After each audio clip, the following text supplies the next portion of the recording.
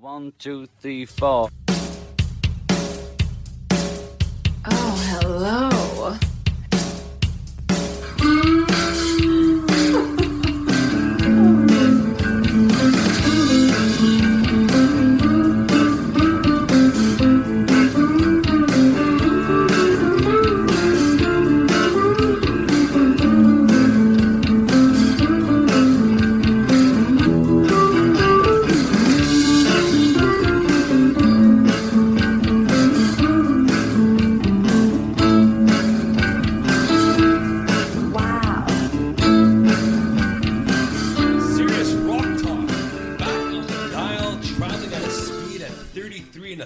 RPMs, where the vinyl will bring you to your preferred destination. On with the show. Happy New Year's, everyone. Happy New Year's. Tuning in. I'm Ferris Kennedy, and in the studio with me, we have Stephen F. Wheeler. Wow. Came back to life from Germany. And the God has arrived. How have you been? Good. I was squeezed by a vinyl pressing. That's why I've been in a coma for a few months. You do look like a good pressing. Apparently that's not all you were squeezed by. And then to the left of me, a man that claims he has no idea who Jim Lauderdale was, and it's a lie! He was the founder of Fort Lauderdale, Florida. I know that now, Dr. Ian Clark. So for those of you tuning in, yes, it is New Year's Eve, so we are counting down the minutes and the hours for those. And for those of you that want to know about the In Memoriam, we do have it posted on the Masters of Rock Talk. It is the piece done by none other than Stephen Wheeler. We brought him over from Serious Rock Talk. We decided to have him cross over a little bit to do some work with us at Masters, because that's what we do in the industry. We like to share. So now we are with the countdown of New Year's Eve and things that happened in 2023. And, well, what happened this year was that the most iconic rock band out there, no, not the Stones, not just yet, not talking about them. The second band that is second tier, second fiddle to them would be the Beatles. Whoa. Second tier, second fiddle. You heard me correctly, Oh, my sir. goodness. I have As to people said that classic rock started with the Beatles and ended with Nirvana, I want to correct you. It started with the Rolling Stones, Oh and my it's going to God. die with the Rolling Stones. You should go back to therapy. Hell no. That's it. Stones are the best. So, now and then, the Beatles. Well, they did it again. Originally left unfinished by John Lennon in 1979, which is a home demo that he was working on. Nothing like Now and Then has ever happened before. It's a unique music story. John Lennon leaves a song unfinished, but years later, his friends come together to complete it for him. Simply out of love and musical brotherhood, or is some money to be made? Maybe so. Anyways, yours truly bought the single. That is me. My reason was simple, is that I will never get to see a Beatles new release in my lifetime, so this is it. Yeah, that's true. Probably going to be the last one. 2 out of the 4 Fab Four have gone to the skies for their next chapter they call the afterlife. It's unfortunate they could not be here to see it through. How did it come about? I'll break it down to you in five steps. Really easy. Number 1, a dream that Paul McCartney spent years bringing to the world. Yeah, I think he was looking at his bank account saying, yeah, I could use a little bit more money. A John Lennon demo that he preserved and no one was ever able to listen to. So again, he's kind of keeping it to himself. A little selfish. Sure. Produced Now and Then with Gil Martin, with John Lennon's original 1977 piano and vocal. That's the third key of how they did it. Number 4 was George Harrison's guitar from the 1995 anthology sessions. And then number five, Ringo's drumming and vocals in 2022. Okay, really? You could have had Karen Aronoff do it for you, but whatever. I guess it This wouldn't be the same. I don't know. You know, Dave Grohl could have done it. Sure, Dave could have done it. He could use the money. So this is the recipe that I wrote down for a hit single.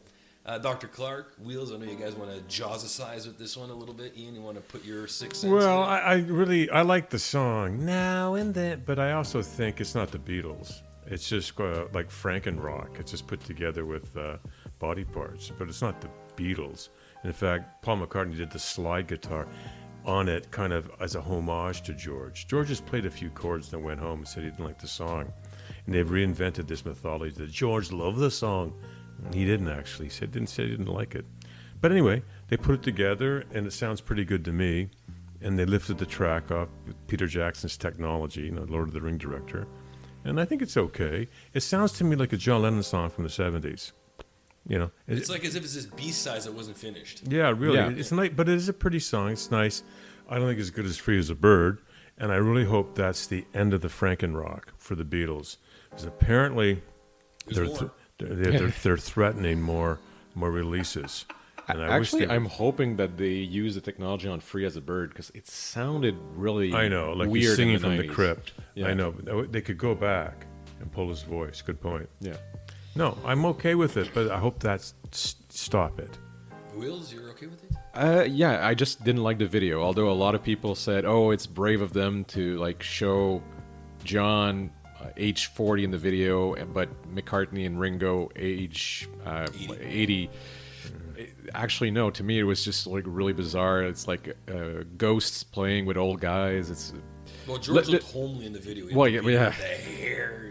It's That was George. Yeah, he looked terrible. He always looked a little He always looked a little rough. But I thought it mildly creepy. yeah. They would put that footage in beside aging McCartney. Oh, just leave them alone. They should have put Angela Lansbury in there and then just. But Yeah, that for would've those of made it. you who don't necessarily have Beatle records in your collection right now, there are two ways of having it. So you can follow our colleague's example and buy the single, or you buy the newly remixed Blue album, which is the 60s. It was 67, 70. And it's on there. I think it's the last one. Is it? Yeah, they put it on. Smart. Eh? Or yeah, and they screwed around a little with the know. old The order. But apparently, I haven't had a chance to listen to it yet.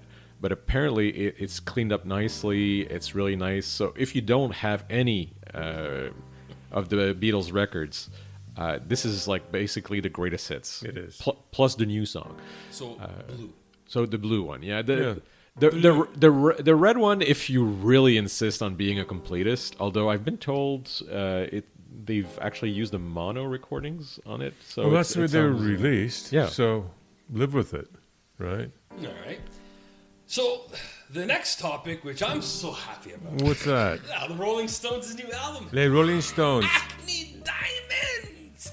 Of course, it is for those who listen to one of our classic rock shows that Ian and I did, and we listed our top 10 bands. Obviously, the Stones made it in my top 10 band. The Beatles did not. There's a reason for that. I just like Insanity or something. it's making keys. See, you got to realize everyone knows I like to bug Ian about this because he just wants them to stop, and I don't. I want them to continue onwards. If they could take an immortality pill, that'd be great. Well, I think Keith actually has, because wasn't he voted in 1967 the most likely rocker to die? 77, 87, 97. 2007. Yeah, it's not gonna stop. 2027. You have to hire Van Helsing to put a stake in. So the Rolling Stones obviously have become the first act to reach the top 10 in the United States with the new album in every decade since the 60s. And Ian's like, oh, yeah, he's right. Well, but for the wrong reasons.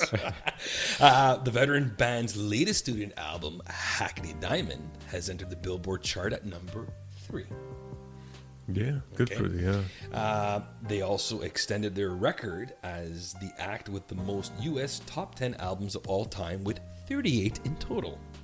Ahead of second place, Barbra Streisand on 34. God, you almost feel like breaking the tears, eh?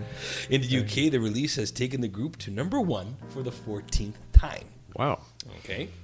It's the band's first collection of original songs since 2005. So, Ian, they've been out of the loop for almost 20 years. 18 to be exact. They better have a few good songs. And it features contributions from Sir Elton John, Yeah. Lady Gaga, Right. Sir Paul McCartney, Okay. Stevie Wonder, and former Stones bassist, the guy you like, Ian, Bill Wyman.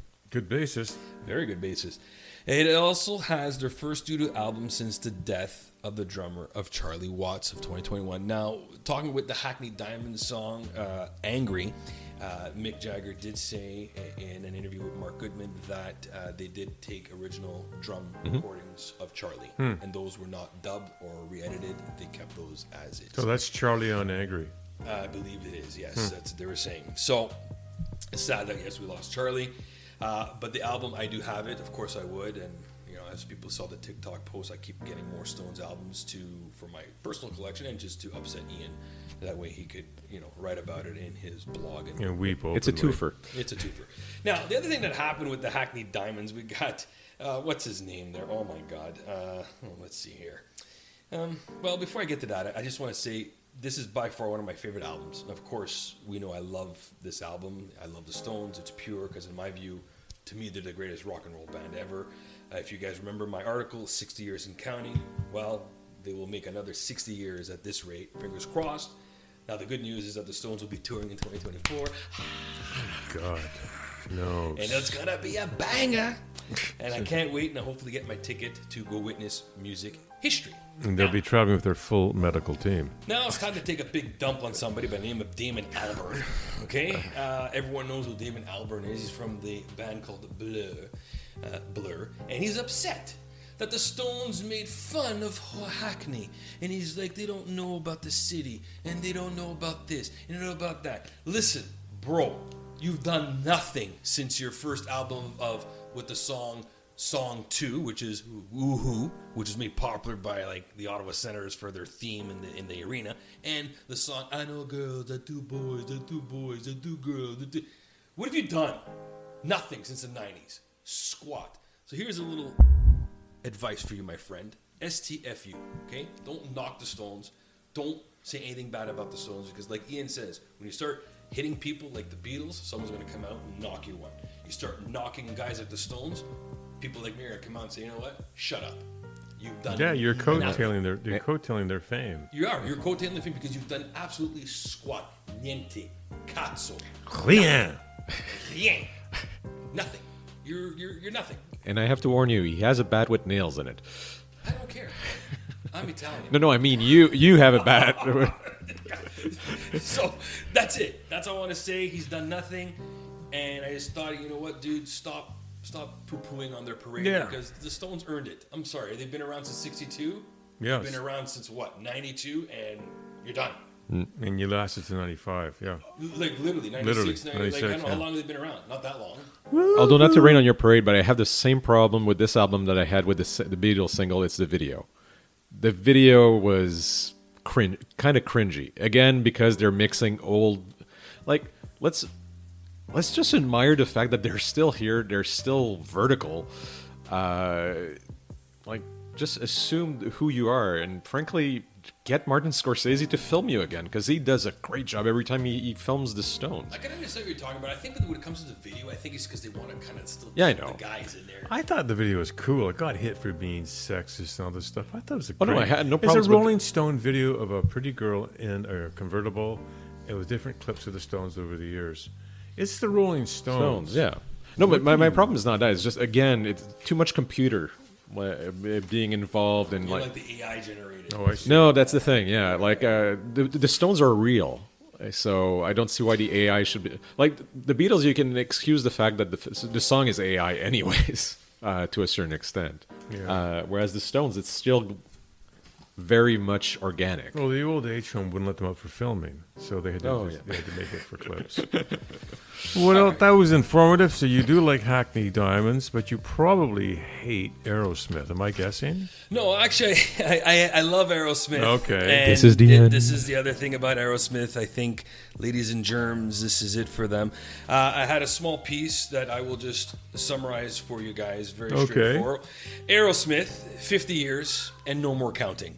Aerosmith, 50 years, and it's going to make a curtain call. Normally, whenever I do these articles, there's always and counting to follow. Like my Rolling Stones article earlier this year, it was 60 years and counting with Aerosmith. Unfortunately, there is no more counting. Once labeled as America's greatest rock and roll band, like the Dallas Cowboys or the NFL being labeled America's team, they will be playing for many more seasons to come, and Aerosmith will be playing its final note. Well, it was supposed to be February 29th, but now it's been extended to April, so now we have no idea how that's going to really go. As a fan of the band, being able to see them live in '94 for their Eat the Rich tour, I for one thought they were going to be the Rolling Stones 2.0. I was optimistic that they would carry on, do another Vegas residency, and yours truly would be happy to see them. When the band announced that their longtime drummer, who is their second drummer, Hold on. What? Wait. That's correct. Steven Tyler was the original drummer, with Joe Perry to form a power trio with bassist Tom Hamilton. They expanded to a quartet, adding a second guitarist in Ray Tabano, and quickly replaced by Brad Whitford, former member of Earth Inc. With the addition of the drummer, Joey Kramer, Tyler then became the full-time lead singer and harmonica player. When it was announced that Joey could not do its final Peace Out tour due to health issues, it finally hit me that the end is near. Seeing Joe Perry, who survived a stroke a few years back, looking a little frail lately, and Steven Tyler is recently on vocal rest, that wrong turn at Albuquerque will be its destination. There is no detour for the next concert tour. The final concert ever for the boys at B-Town was supposed to be, again, February 29th in Cleveland, Ohio. I thought it would have been fitting if that would have been their last stop, because it is the home of the Rock and Roll Hall of Fame, a home they got the keys to in 2001. It's where they do belong, and it is home for a rest, and they'll be with Mama Kin. I am happy for them for all that they have accomplished. I'm also sad we must bid them farewell to a band that I grew up to. I discovered the band in the 80s. To me, the hit Walk This Way was always an Aerosmith Run DMC collaboration. My first Aerosmith album I bought was Pump. It was on cassette, and my father said to me, he goes, "Who are you listening to?" I answered, "Dad, it's Aerosmith and they're too new for you." He laughed and corrected me that they were around in the 70s. And that day I learned that Aerosmith probably knew the Beatles and the Rolling Stones. Who knew they're that old? I didn't know. Who is Aerosmith? Well, it's one of the most popular hard rock bands of the 70s, setting the style and sound of hard rock and heavy metal for the next 2 decades with their raunchy, bluesy swagger. The Boston-based quintet found the middle ground between the menace of the Rolling Stones and the campy, sleazy flamboyance of the New York Dolls. That's a hell of a mix. Developing a lean, dirty riff-oriented boogie that was loose and swinging and hard as a diamond. The group members were Brad Whitford, Joe Perry, Joey Kramer, Steven Tyler, Tom Hamilton, Jimmy Crespo, Ricky Dufay, and Ray Tabano had a small cup of coffee with them. Who saved Aerosmith? From 79 to 85, things were quiet. Aerosmith was not relevant. They were broken up or on a break, or did they just dream on? But in 1996, Tyler and Perry appeared on a Run DMC cover of Walk This Way. Along with appearing in the video, Walk This Way became a hit, reaching number 4 and receiving saturation airplay on MTV. Walk This Way also set the stage for the band's full-scale comeback effort. The Bruce Fairbairn produced Permanent Vacation, which was released in 1987. As the story goes, and I always stick by this, Run DMC revived Aerosmith's career with 3 back-to-back albums in Permanent Vacation, Pump, and Get a Grip. With those solid albums, this is how I'll always remember Aerosmith. I want to thank the boys at Beantown for producing some amazing music. To the band, I want to say take care and not goodbye, as goodbyes are forever. So that is my take on Aerosmith. I will definitely miss them, and I am sad that it has come to an end. Very touching. Nicely done, but it doesn't sound like you're giving them the kiss of death. You're just saying goodbye. I'm saying goodbye. Because kiss of death is something else, I'm thinking. Who's got the kiss of death? Who's got I it? do. Really? So Kiss. Or do you have it, Ian? I don't have it. I'm the You would lover. have given that. I'm you a would've lover. given it. I'm a lover, not a fighter. So Ian is actually happy about this This one. movement that's going on. I'm a and Wheels will explain what's going on. Goodbye, Gene. Kiss Goodbye, is bidding Gene. Farewell. So Thank Kiss you. is There is a bringing the God, by curtain the way. down on the End of the Road tour, and basically, That's what it's actually called? yeah. Gee. And I was supposed to go to that concert in Toronto, and they canceled. Yeah, they canceled. I thought of you. I was pissed. Yeah. I figured you might be. So it was also their 50th anniversary in terms of their career.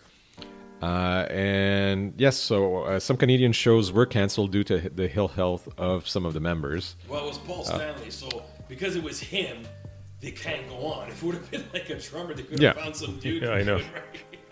Yeah, him and Gene, or that's about it. Jean. But even Gene, We- I heard that apparently Gene had severe problems with his back during the tour. Well, considering the equipment is, I can't remember, 70 pounds, considering he's in his 70s. I think he's 93.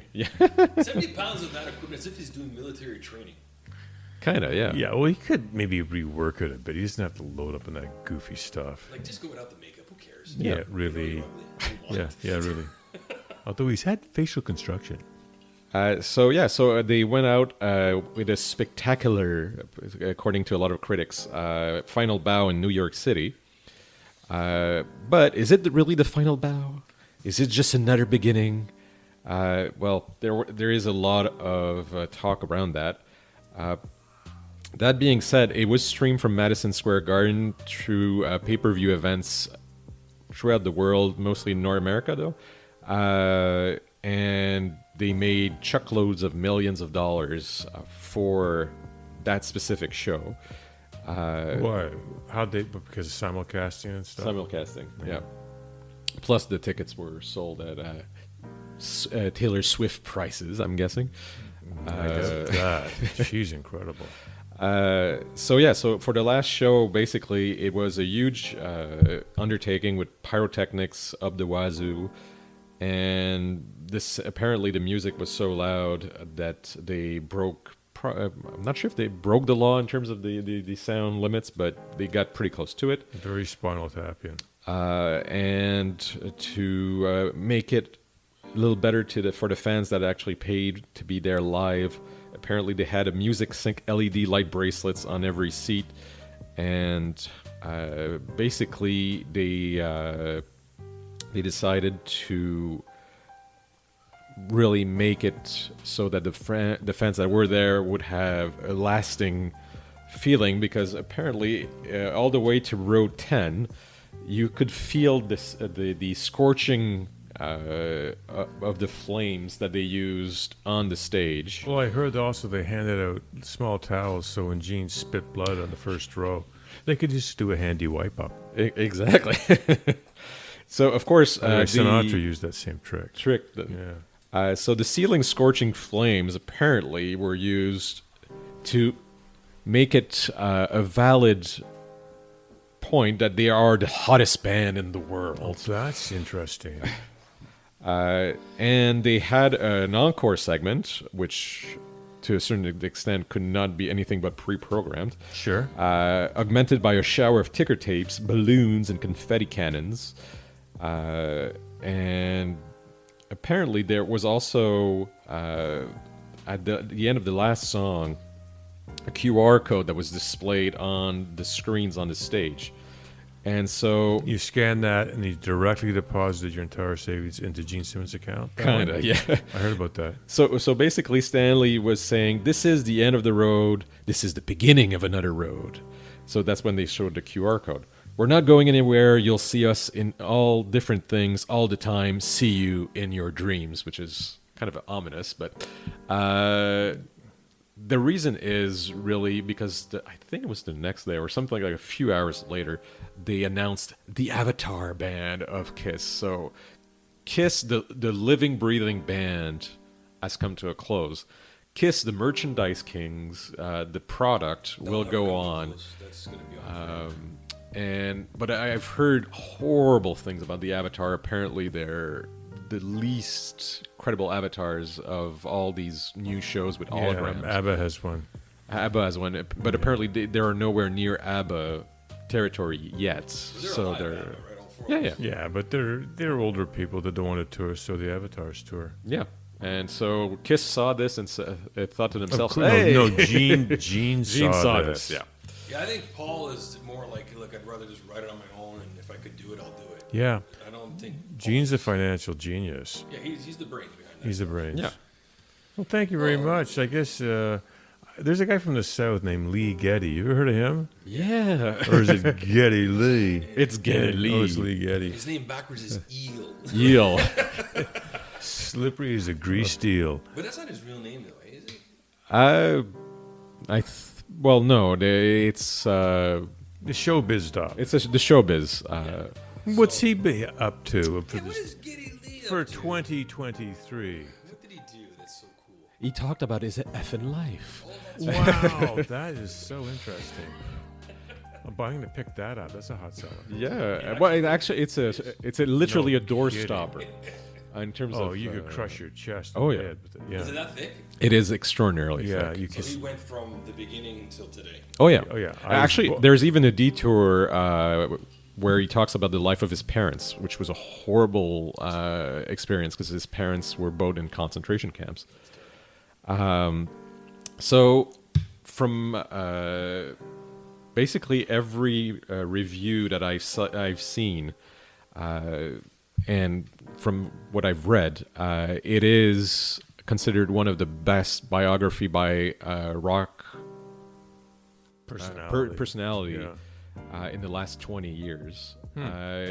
Well, considering he's the most respected bassist in Canada of the last 5 decades, he was a co-writer, vocalist, and keyboardist. And so he's... And singer. And you singer. guys said vocalist. Okay. But what's really interesting is until 2020, he had absolutely no interest in going back in time and talking about his story. What happened in 2020? Well, the pandemic. He had nothing to do for the first time in his life, even though the band retired a few years prior. 2016 or 2018, I can't remember. Because Pierre died in 2020, right? Kind of, yeah. 2020 was a blur for a lot of people. Yeah, so Don't say 2020 blur. So other than the pandemic, the fact that he lost Neil Peart to brain cancer, both he and Alex Lifeson were completely devastated. And so what you're basically reading for over 400 pages is his therapy.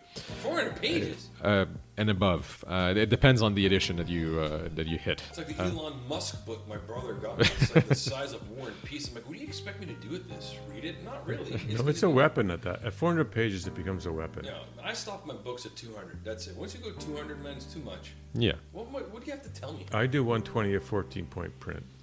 Yeah, That's I like it. that. That's it. No glasses needed. Yeah. And the other thing also that forced him to, well, not forced him to write, but actually helped him to write, was the fact that not only losing one of his best friends to cancer, but he was losing his mother at more or less at the same time. I mean, she passed away in 2021, but she had dementia. I think in the early 90s, she passed away, I think shy of her 96th birthday. Mm-hmm. And so basically with every time he saw his mom, he was in retro mode. So they would talk about the good old days or the bad old days in certain cases. And that actually inspired the chapter about his family. So he talks also about his influences, the Beatles, the Stones. He talks candidly about his childhood, pursuit of music, the fact that he had a lot of these big influences when he was in high school. He basically is almost a self-taught rocker, and because let's face it, back in the day, there were no schools, there were no reality shows. You did it in your garage. And he also talks about all these books that have really influenced the writing. Like, if you're a Rush fan and you're a literature fan at the same time, they tend to override. These guys love sci-fi. They loved fantasy. So you have references to Tolkien, Ayn Rand, Rod Sterling, and even Jean-Paul Sartre in their writing. So these guys were something else. And I mean, he doesn't gloss over anything. He talks about how he was a victim of anti-Semitism as a kid. He's really, really honest, and he's really putting himself out there in this life. So you would recommend it? For Rush fans, yeah. Okay. All right. So are they still going to do something? Like, is that it for the band? It leads into the comeback here. Yeah. What? A comeback? Rush is making a comeback, and they're looking for a drummer. Yeah. I got a few suggestions. Well, you're taking some lessons, aren't you? I am with my teacher Charles, and I've been going on year 4, so I could probably do 1 or 2 songs. You can do some fills. I could do some fills. So until October, though, this was not to be spoken of. But So we're there, speaking about it now. We're December. there are 2 things that changed it. What is it? The book tour. Yes. And he was at a reunion of sorts when they did the tribute concerts for Taylor Hawkins. So we owe the Foo Fighters the possibility of a resurrected. They won't call it. They don't call it. They won't call it Rush. That's the promise that they made. It's not a money thing. It's not a money thing. It's not money. They don't need it. These two No. guys just really miss being together. They probably won't tour massively. Be Canada. It'll be Canada and it'll be certain events, but they fell in love with the idea of playing again because there's no obligation. There's But but no new songs. They get up and do some old stuff, and why not? exactly, It's yeah. not Rush, but fine. All right, so they're coming back. They're coming okay. I'm okay with and that. so a lot of fans on a lot of websites have actually offered their take on it. And the two names that come back the most often are Alex Van Halen and Gavin Harrison from Porcupine Tree, which is slightly proggish. So it would be in the same branch, a musical branch as Rush. So I will recommend that, yes, Alex Van Halen's a good choice. I will recommend they go with Kenny Aronoff, just because Neil Peart wrote the foreword in Kenny Aronoff's book, and he was a close friend of his. Good point. And if you want to go really technical, you're not getting Dave Grohl because he's busy. If Chad Smith has some time, maybe go with Chad Smith or Dana Carey from Tool. Excellent suggestions. Well, I mean, Rush has been around so long. I bet you they have probably their inaugural album turns 50 itself, doesn't it? About that, close next to year, it. Yeah. Is it next year? the one Oh, we're what talking about. albums then turn 50 in 2023? Well, leading it up to that, Ian, Yeah. I'm glad you asked. Okay. And some of them are bangers and some of them are Mashers. I don't know. So here we go. Bob Seger, back in 72, which was released in 72. I know. So in French, I call him Robert Seger, but it's Bob Seger back in 1972. That's his album. Ian? No? Well, yeah. I mean, he wrote some great songs. I think he's probably overrated, in my humble opinion. But Detroit Rocker. Yeah. Who else you got? I got Bruce Springsteen's Greetings from Asbury Park, New Jersey, which was January 5th, 73. Which I think is one of the first legendary ones. Like the Yeah, I mean, I know guys that like that better than Born to Run. Yeah. I'm I not think a- Jon I'm Stewart not is a- one of those guys. Does he? I'm not a big Springsteen fan, but isn't it odd? But yeah, they often cite Ashbury Park as their favorite album. Aerosmith, self-titled. Yeah, really. Deep Purple, Who Do We Think We Are? I don't know. You tell me. You Richard tell Blackmore. me. What? Little Feat, Dixie Chicken, Yeah, good band. Petit Pied. Pittsburgh, yeah. Wasn't that a film with a penguin? Yes. Little Feat? Yeah, you're thinking of Happy Feet. Oh, Happy Feet. Elton John, Don't Shoot Me, I'm Only the Piano Player. It's an okay album. It's okay. Yeah. It's all right. It's on his way to greatness. C'est correct. Faces, Ooh La La. Oh, great album. It's a good album. Yeah. It's goofy. This one here is a banger, and I'm being honest. Pink Floyd's Dark Side of the Moon. That No, I've is never heard of track that. to track. Oh, yeah? That's it. Electric Light Orchestra, that's original. ELO 2. Yeah, I know. Maybe they didn't think it was going to be a 3. The Doobie Brothers, The Captain and Me. It's a well-known album. It's a famous album. Pre Michael McDonald. This one here, he was just inducted in the Hall of Fame not too long ago. Todd Rundgren, a wizard, a true star. Yeah, it's actually a well-known album. Sure. This one here is actually, believe it or not, my favorite Zeppelin album. It's House of Oh, the really? Yeah. Okay. I love Okay. that. Their best one, I think. Really? 4 is their best. 2 and 4 is. I'm going with 4, but But okay. I love House of the Holy just because it's different. Bob Marley and the Wailers, Catch a Fire. Another album that I like, Ian, you'll agree with me, Eagles Desperado. Desperate. Yeah, I mean that's one of the. It was Randy kind of. Meisner's soft, Yeah. soothing Big voice. David Bowie, Aladdin Sane. I know. Again, I know guys that love Aladdin Sane. I'm not familiar with it. No. No, I heard There's- of there's it. a It's few the hits transition album, wasn't it? Gene. Yeah, that's right. This is before really. Ziggy. No, it's after was Ziggy, before. Young Americans. Okay. Ian, this one here, I'm sure you know, Funkadelic, Cosmic Slop. I'll give you a bit of about I don't know, maybe 4 or 5 months ago. I went to a used vinyl shop, and I was talking to the guy. I said, "What are young people buying in vinyl? Taylor Swift?" He said, "No, they're buying Maggot Brain from Funkadelic. That's my Really? number one Really? sale." Yeah, Wow. I know. Paul Simon, there goes Ryman Simon. A lot of hits off that one. Mike Oldfield, Tubular Bells. Ooh, Exorcist soundtrack. Harry Nilsson, a little touch of Schmielsen. Schmielsen, it is a really good album. If you like the old stuff, buy it. I wore it out. What else I got here? Joe Walsh, the smoker you drink, the player you get. Well, that seems like my life. Yeah, it has a big hit on it. Steely Dan, I know Ian, you like them. I can't get into them. Countdown to Ecstasy. Will you buy them to test your stereo? That's true, actually. Yeah. Reeling in the years. Golden Earring, Moontan. Well, they had one big hit. Queen. Yeah. Yeah. Grand Funk Railroad. We're an American We're an band. American band. Jethro Tull, Passion Play. I would say Aqualung's their best, but okay. ZZ Top, Tres Hombres. That is one of their best albums. They got 2 albums, I think. Are I know, really. Yeah. What is it called? Oh my god. Oh, Eliminator. And, yeah, Yeah, exactly. you have it, I think. Yeah. The Allman Brothers Blues Brands, Brothers and Sisters.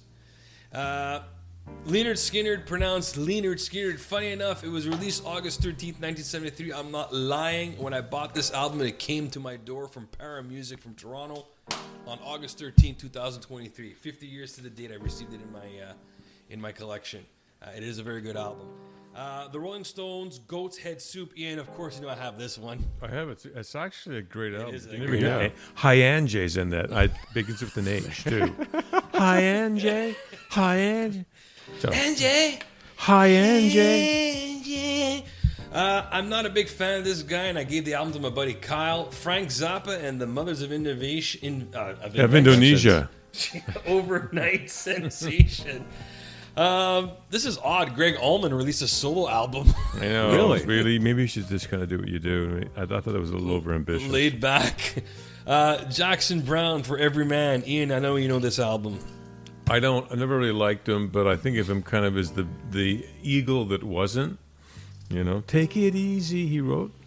Co-wrote. Genesis, Selling England by the Pound. Well, yeah. One of their best. That's probably their best. Yeah. Oh, it's not Duke? I would say it's their best. Duke? Well, it's the one you can put on I and know. listen to all the way through without saying, Good point. Nothing's too overambitious. Lou Reed, Berlin. Never liked it. Lou loved it, of course. Lou loved all his stuff, though. Berlin, take my breath away. No, that's not it. Elton John, Goodbye Yellow Brick Road.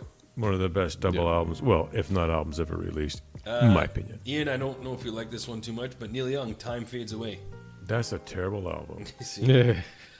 Montrose. Self-titled. self-titled. David Bowie came back on the charts. Yeah. David Bowie with Pinups. I like the album. It's all covers. He did it for kind of contractual reasons, but it has some. Pick it up. Listen to it if you have Spotify.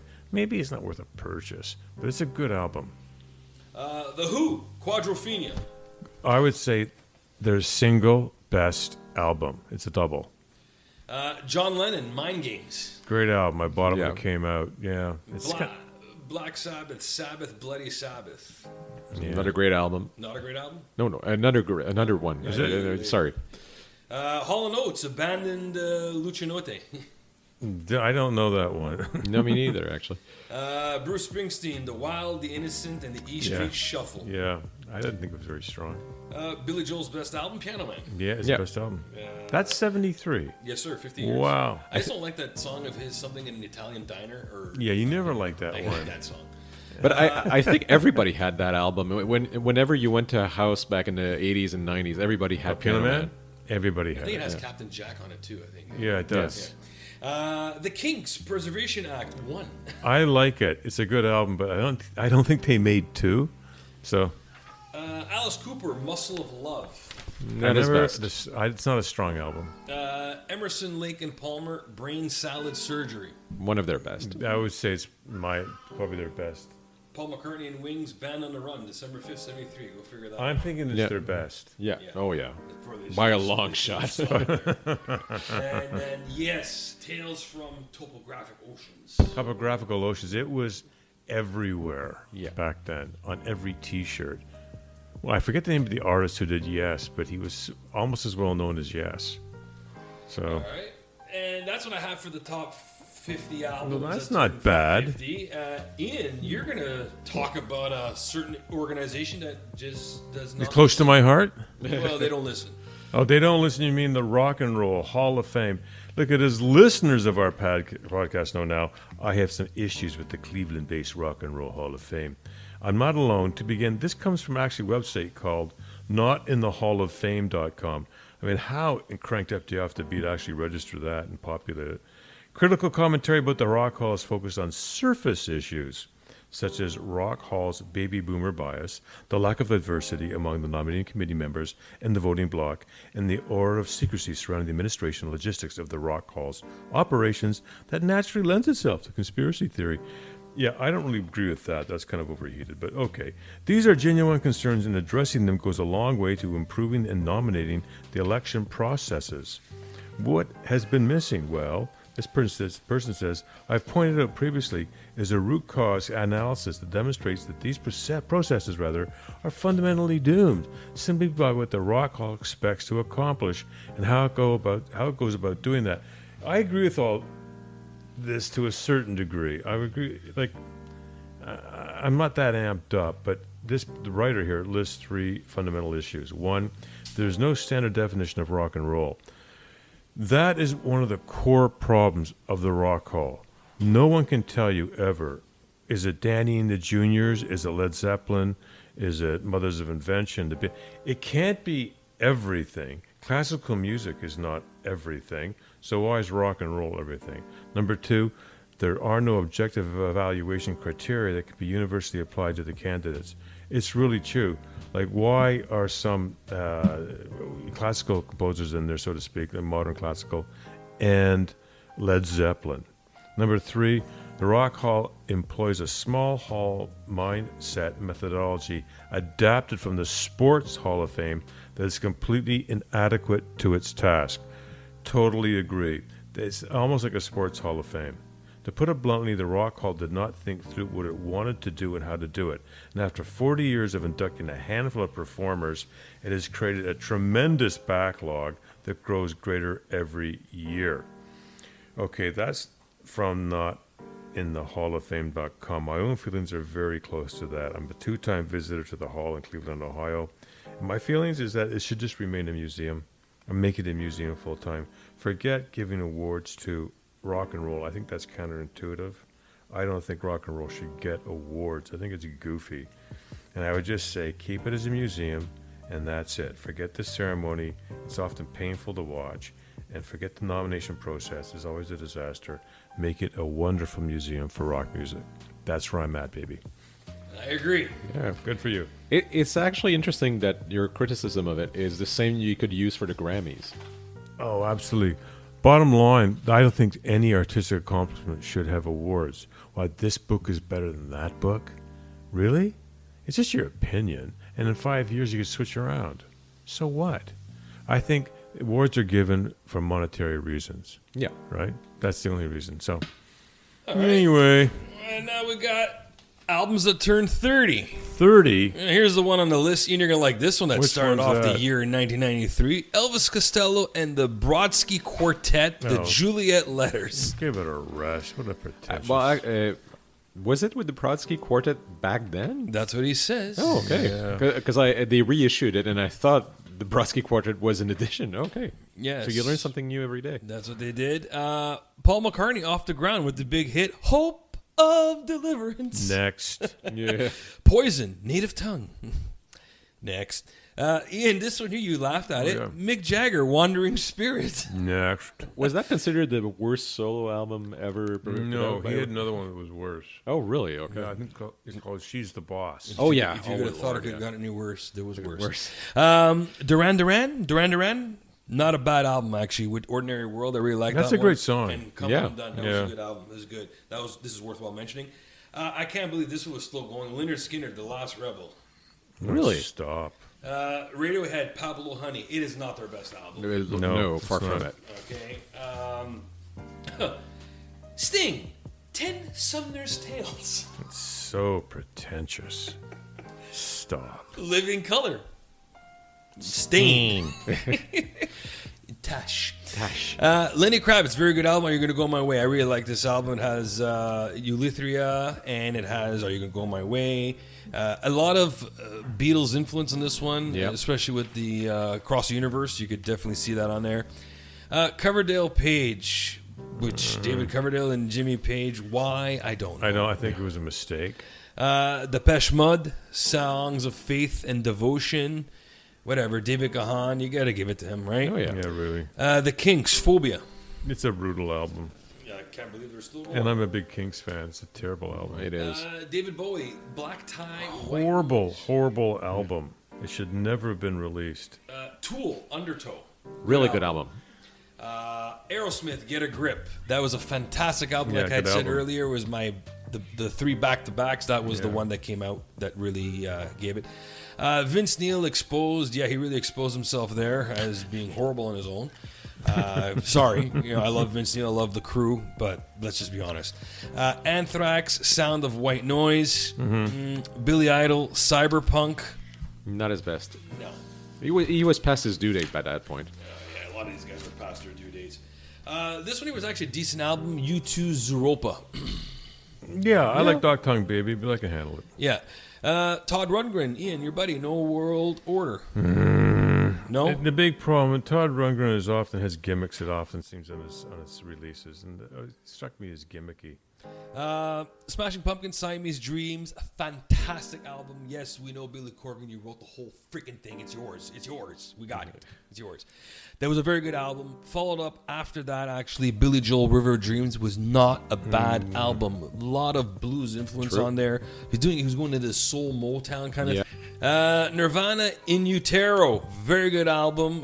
This was Really disturbing cover, though. very disturbing cover, but it was, well, you're looking at the back of the cover with some dude dressed in drag. Yeah, I know what you're talking about. Scorpions, why did they even bother releasing anything at that time? What, the Klaus was really desperate for work? Sure, it'll work.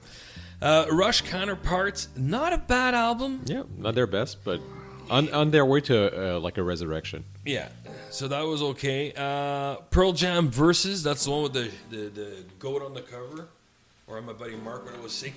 I don't know why he would say that. He goes, that's what we call the album. He would just bite his fist. Bob Dylan, World Gone Wrong. Bob gone wrong. Yeah. Poor guy. That's the rest of the... basically on this 30 of 30, one, maybe 3-4 albums tops that I'm going to say are good. Yeah, most of them, like the late 80s, early 90s were not necessarily a good period for a lot of these classic rockers.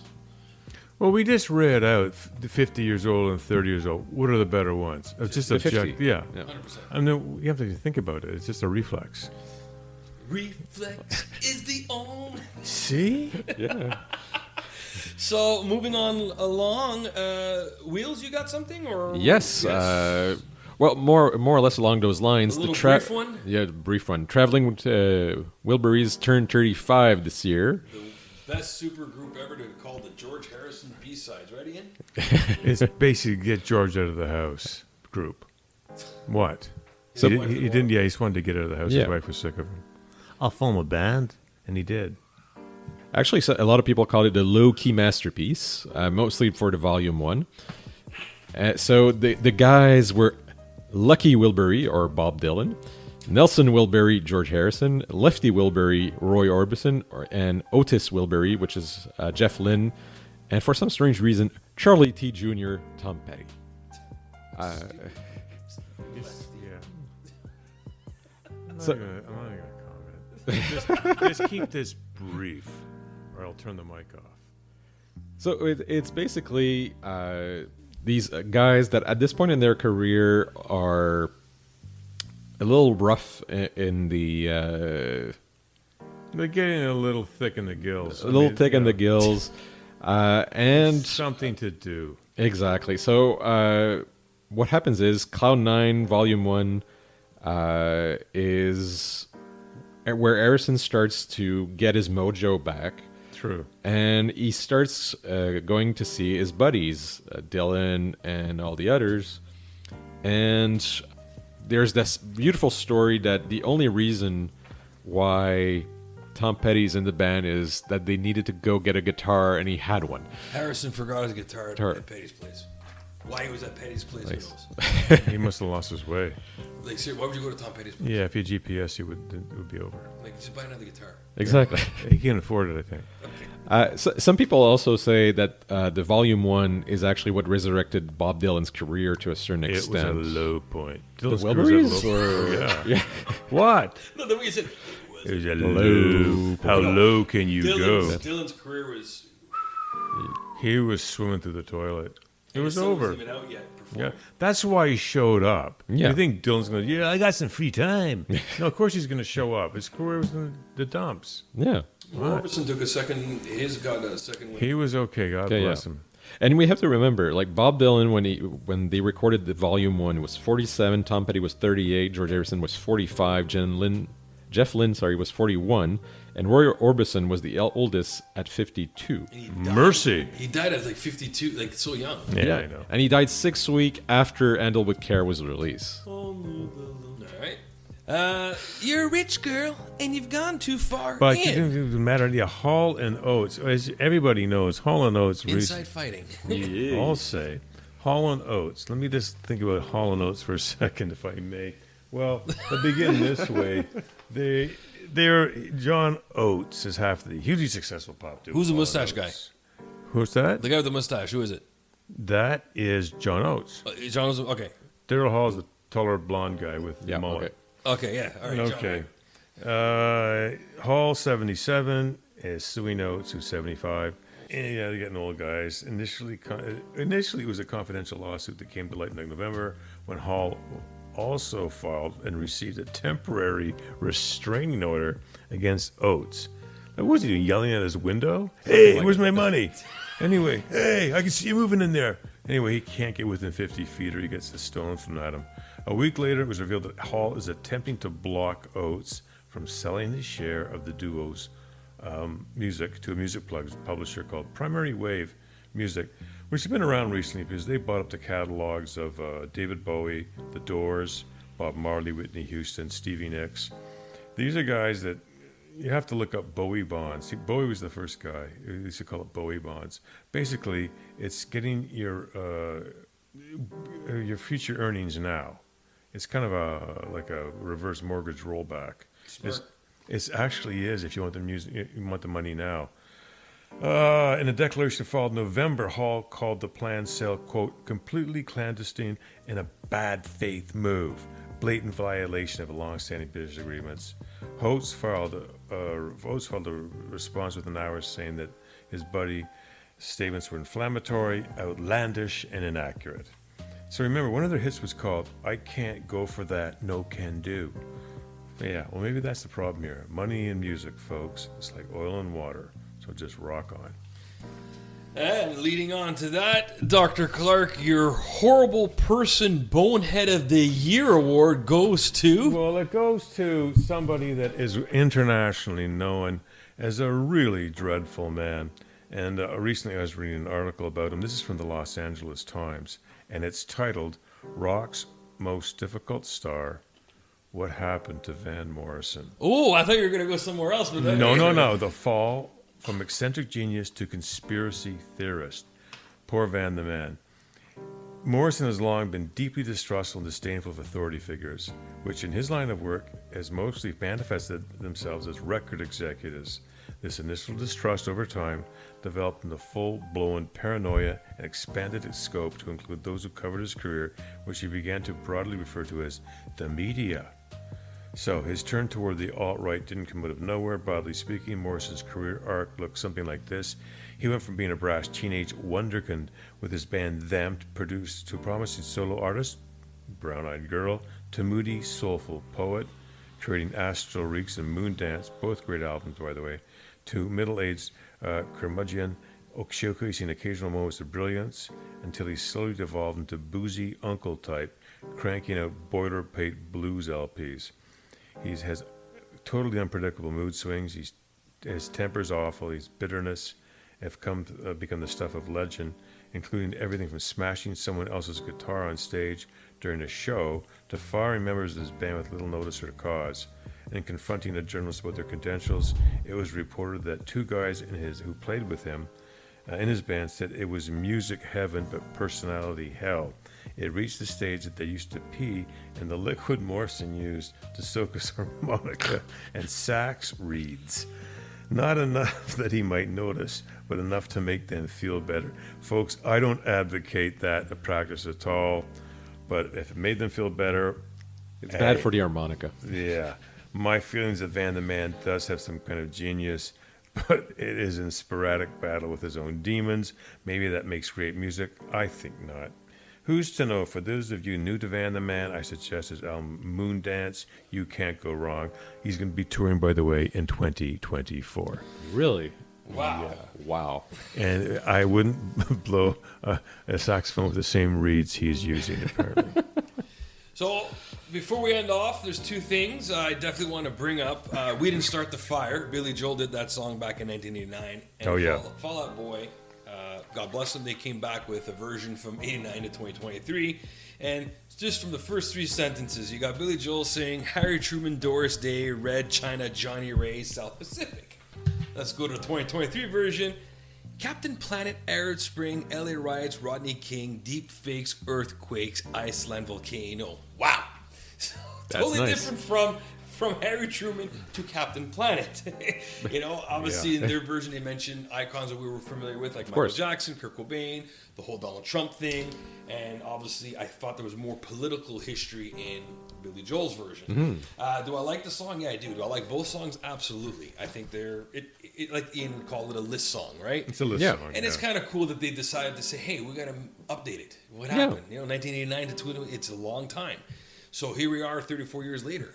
Well, it also goes to show that back in the 70s and 80s, the politics were a lot more important to everyday life and for people in discussions. Now pop culture has taken that place. I think fights that people used to have about politicians, now they have about singers or actors. True. Good point. So now we're going to end off the show for New Year's Eve. And before we do, like I promised you guys, Kennedy's question of the year to both of you guys. And the question's very simple. Hit me with your best shot. Oh, it's good. So I'm going to ask you this question. Who do you like better? And you're going to give me an answer why. So, who wants to go first to be tortured? I'll go.